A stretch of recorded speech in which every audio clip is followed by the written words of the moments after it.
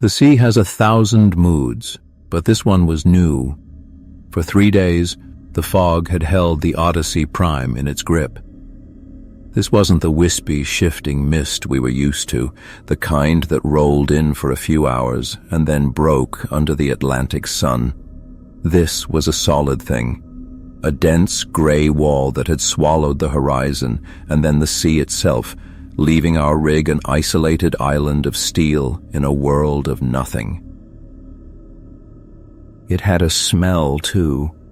Not just damp salt, but something deeper, colder. It smelled like the very bottom of the ocean, like a place that had never seen light. My name is Roberto Carr. I'm a maintenance tech. I've spent more than a decade of my life on platforms like this one, and I find comfort in the thrum of the generators, the predictable logic of a hydraulic system.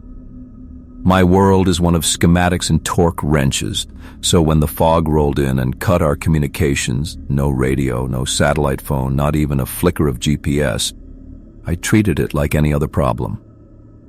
Just another problem to fix. Annoying, sure, especially with my daughter's graduation just a few weeks past the end of my rotation, but manageable.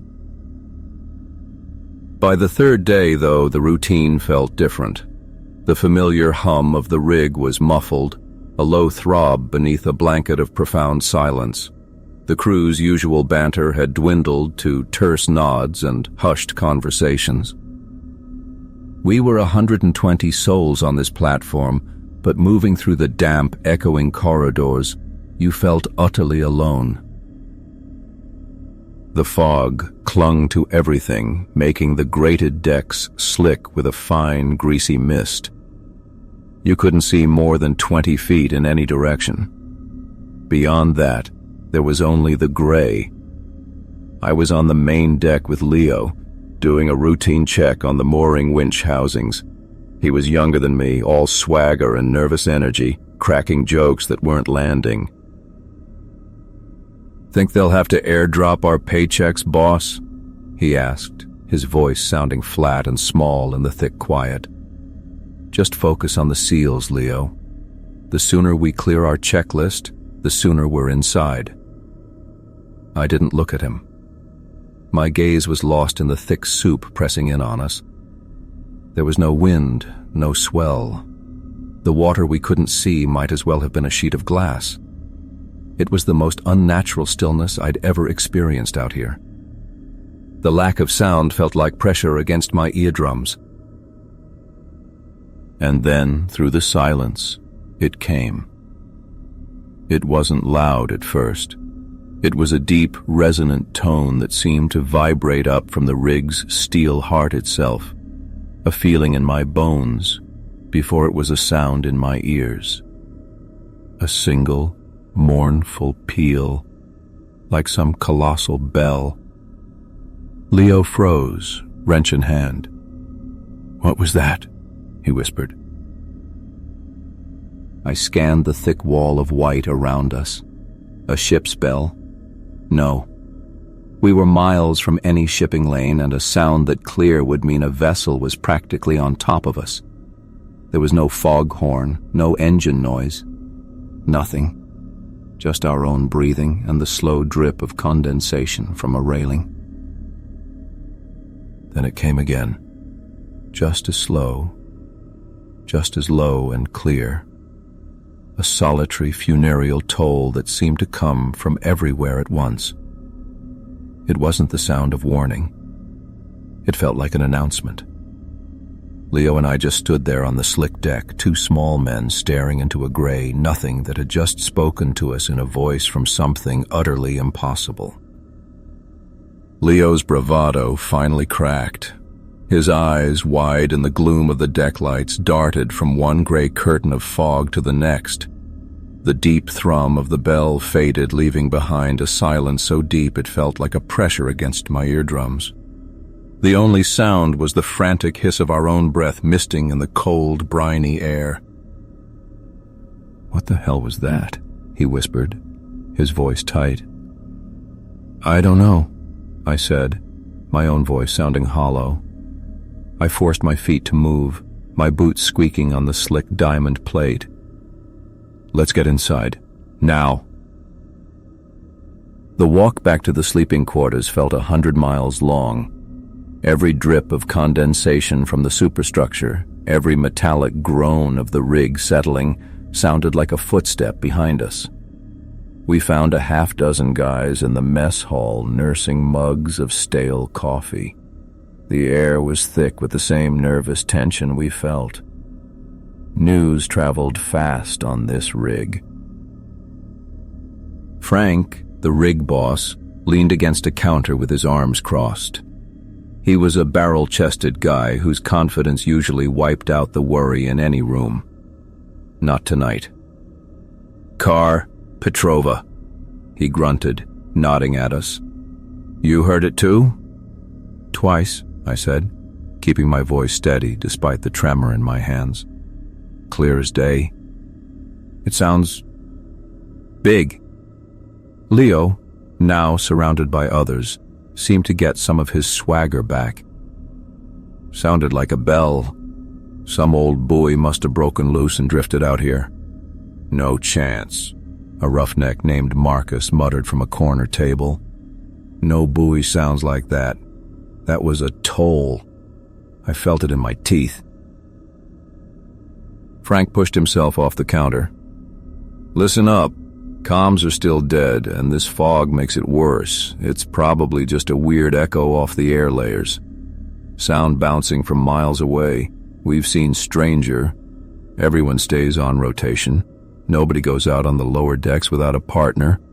It's a fluke." His words were meant to calm us, but they felt like taping over a crack in a pressure tank.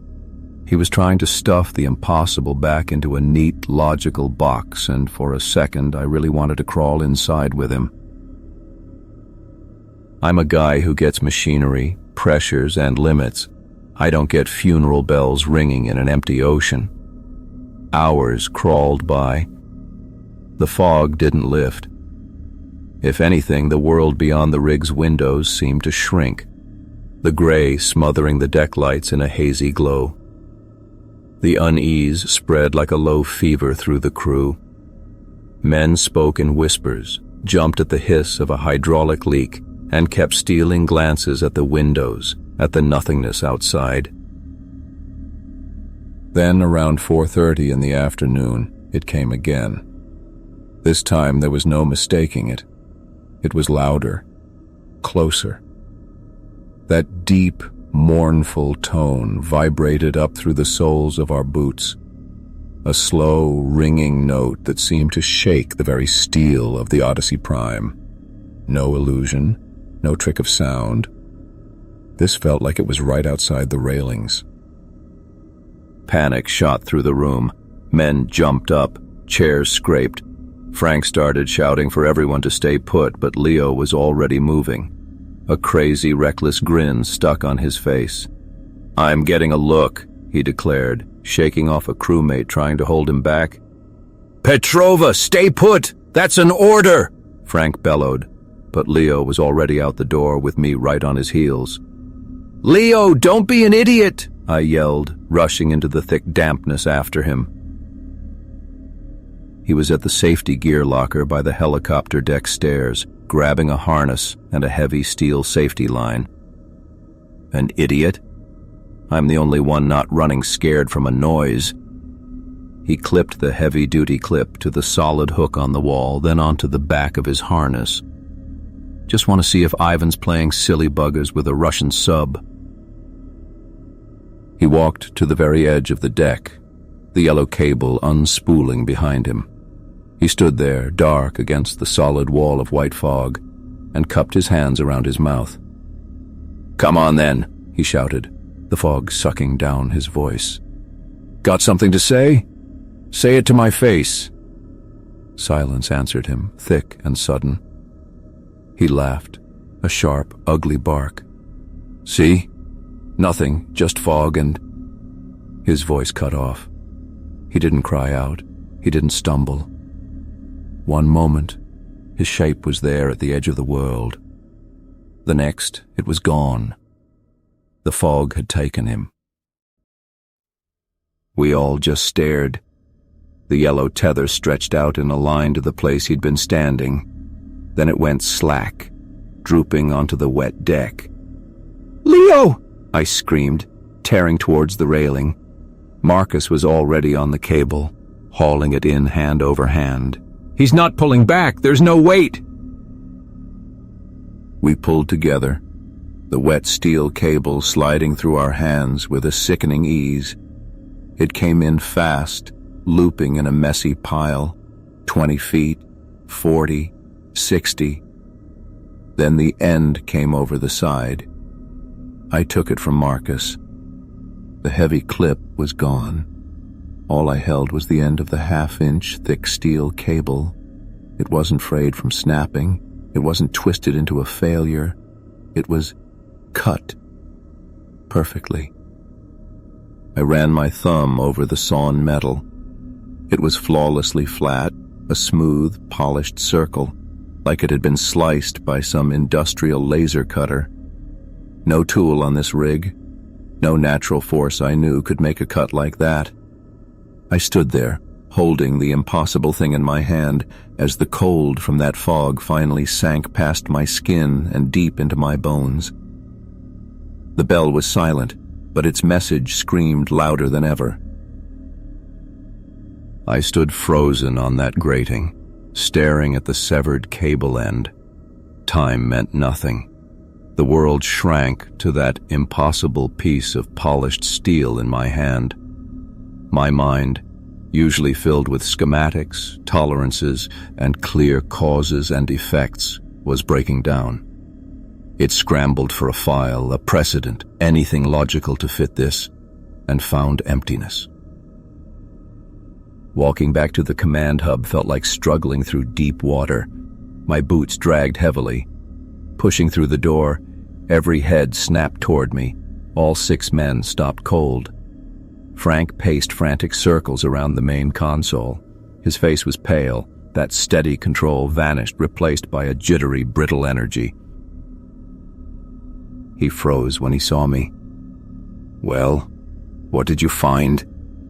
His voice was strained tight. I said nothing, just walked to the console and laid the safety tether's severed end on the chart table. It landed with a small, final clink. A dead thing. The men crowded close. A mutter of disbelief soured through the air. Frank picked it up. His thick fingers turned it over under the harsh bridge lights. He looked just like I had. A man seeing a ghost. "Lock it down," he ordered, voice low.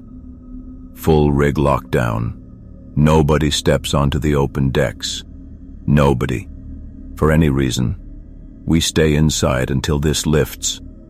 He meant the fog, but we all knew what he really meant. He was trying to put orders around the impossible, cage a nightmare with words. Panic, I saw, was already cracking his authority. For the rest of that endless day, a crushing quiet smothered the Odyssey Prime, broken only by the bell. Slow, mournful, its peals seemed closer each time, a patient knocking on our steel coffin. The lockdown worked in one way. It kept us penned inside, but it also made the rig boil. Men whispered, eyes darted to the fog-blanketed windows. My own logic had crashed. That cut cable was an error in my brain I couldn't fix. I needed another way to think. I found Samir in the galley, methodically drying forks with a towel. The oldest man aboard, a quiet Pakistani with kind eyes and hands stained forever with grease. He'd worked these seas before I was born. He looked up as I approached. "Roberto." "Samir," I breathed. "That bell." He stopped drying the fork, placed it deliberately on the stack. "I hear it." "What is it?" I pressed, desperate. "You've sailed forever. Ever heard something like it?" Samir stayed silent a long moment, staring past me into the gray outside the porthole. "Stories," he whispered finally. Old stories, not the kind oil company men like. He gestured to a chair. I sat. They call it the Morning Bell. Some say Soul Collector.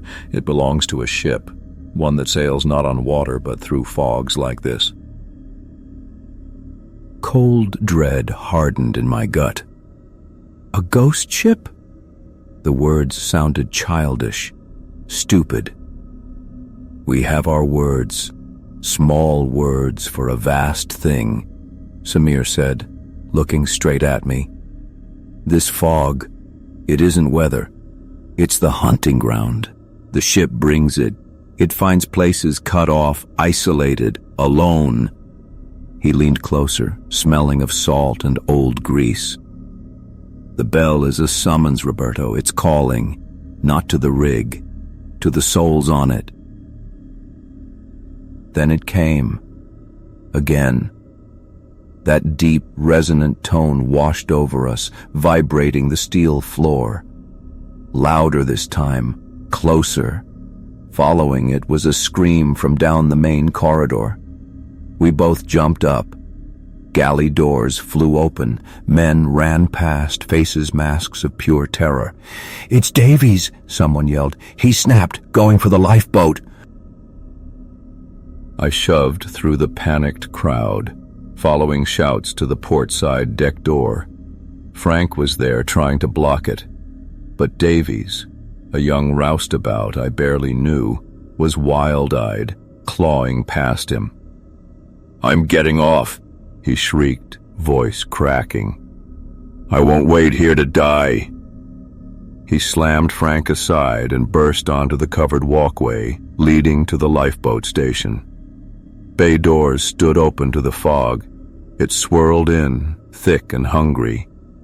"Davies, no!" I shouted, lunging after him. But he was already scrambling over the lifeboat cradle, reaching for the release lever. His feet slipped on damp metal. For one horrible second, he froze.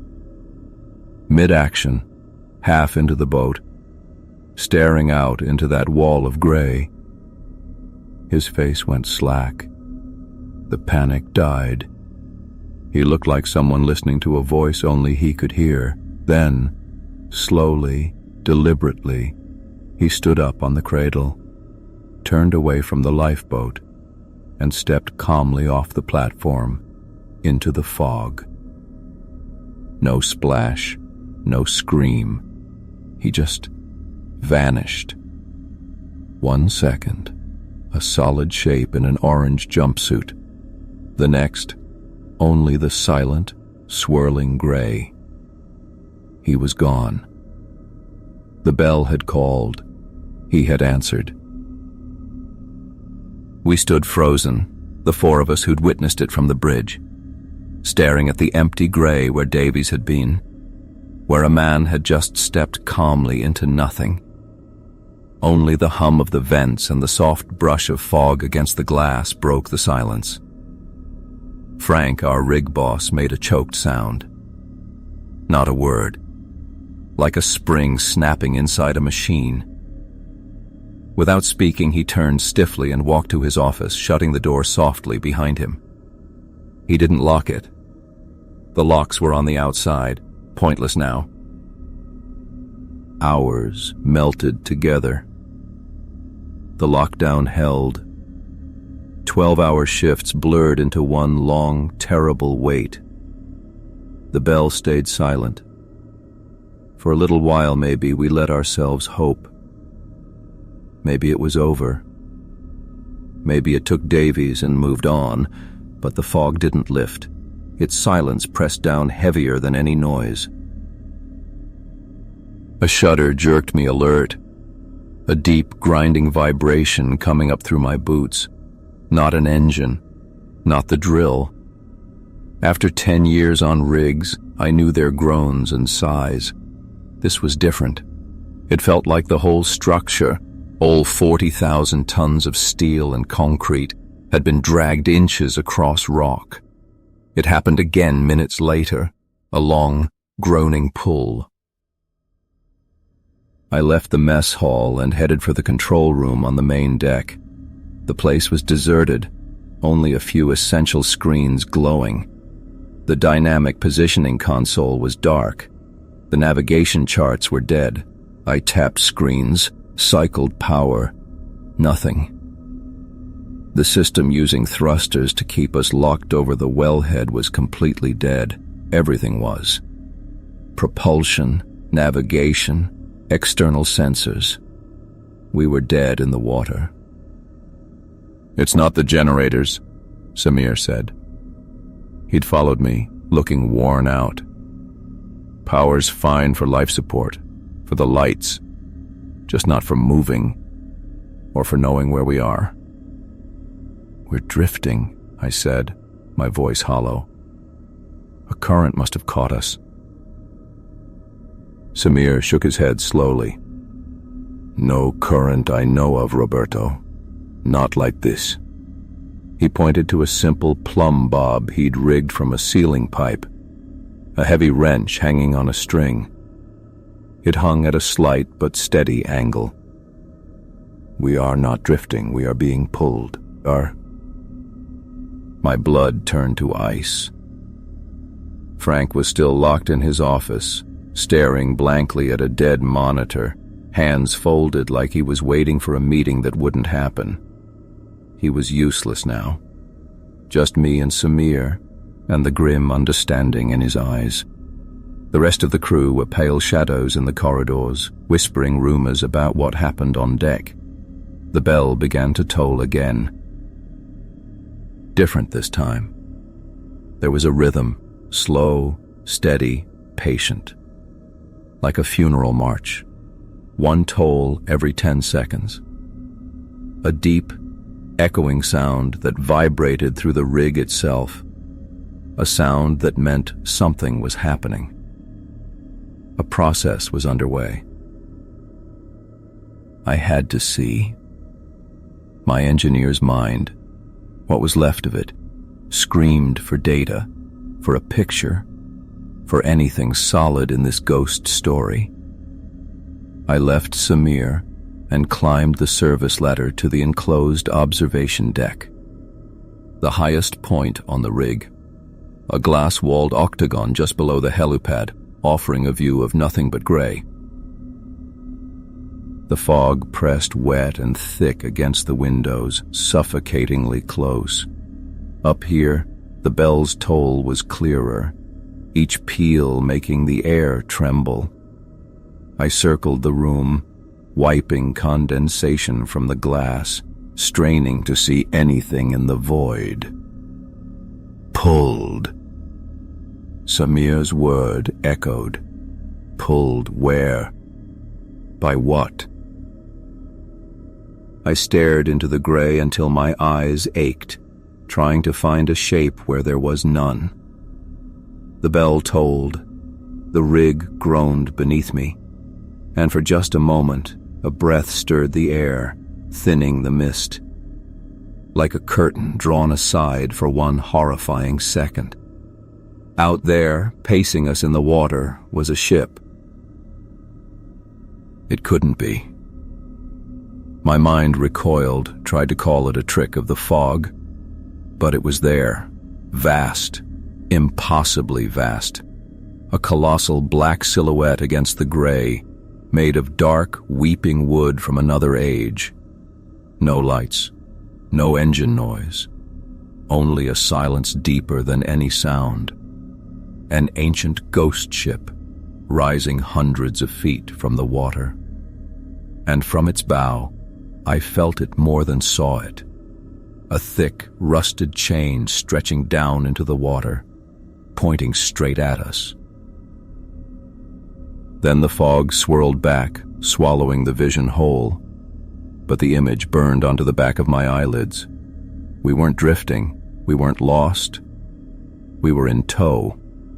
The morning bell wasn't just calling for us anymore, it was reeling us in.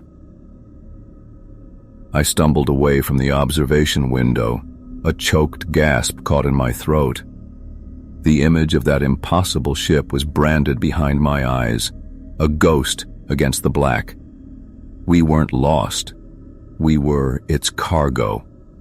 The cold dread that had been a trickle down my spine for days became a flood, seizing my heart in an icy grip.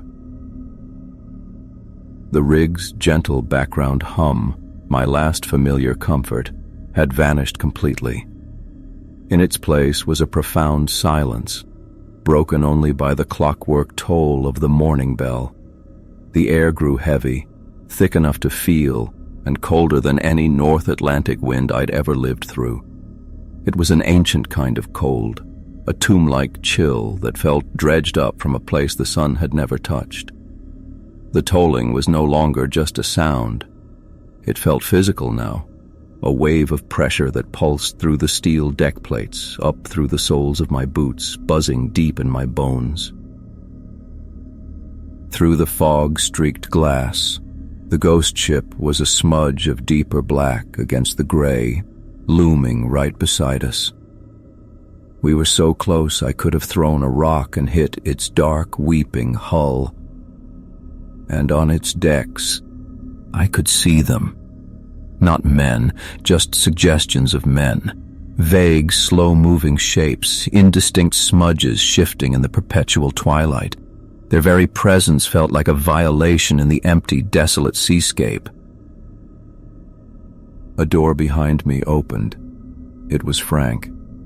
His face was slack, his eyes vacant, staring at something far beyond the walls of the rig. Samir, still nearby, grabbed my arm. His grip was surprisingly strong. "Don't," he whispered, his voice scraping like sandpaper. Frank walked past us without a flicker of recognition. He moved with a calm, deliberate purpose, like a sleepwalker nearing the end of a long nightmare. He stepped out onto the open maintenance deck, the frigid air swallowing him whole. He didn't shiver, didn't even hesitate. He just walked straight to the safety rail. His hand moved automatically as he unclipped his own tether hook from the guide line. He let the metal clip fall. There was no sound. It simply hit the deck. Then Frank calmly stepped over the low barrier and walked straight off the edge of the rig. He moved into the gray abyss below as if stepping onto solid ground. He didn't fall. He just walked away. I stared, horrified, at the spot where Frank had vanished. Samir's fingers dug into my arm. "It calls to the parts of us that have given up," he said, his voice heavy like he was speaking at a grave. "It offers an end to the fear. The only way to live is to not listen. You have to hide from that sound, hide until it passes. If it passes." His words hit me like a punch in the chest. All my engineering knowledge, all my schematics, all my logic, they were worthless scraps of paper now, useless. Against this, Samir's old superstition was the only thing that felt real. It was our only survival guide. I tore my arm from his grip and ran, not towards the bridge, not towards the comms room, but down into the deepest steel guts of the rig. I found a small, cramped maintenance locker off a lonely pump room, barely big enough for one, filled with the smell of grease and freezing metal. I scrambled inside, yanking the heavy steel door shut behind me, plunging myself into absolute darkness. I'm huddled here now. The sound of the bell is muffled, but it's still there. A slow, patient, endless tolling that shakes the very frame around me. Each peal is a question, testing the thin walls holding my mind together. I don't know if Samir found his own place to hide.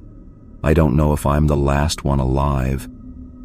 I just sit huddled in the dark, my daughter's face a fading picture in my mind, listening to the bell, waiting for the silence, or waiting for my own hope to finally snap.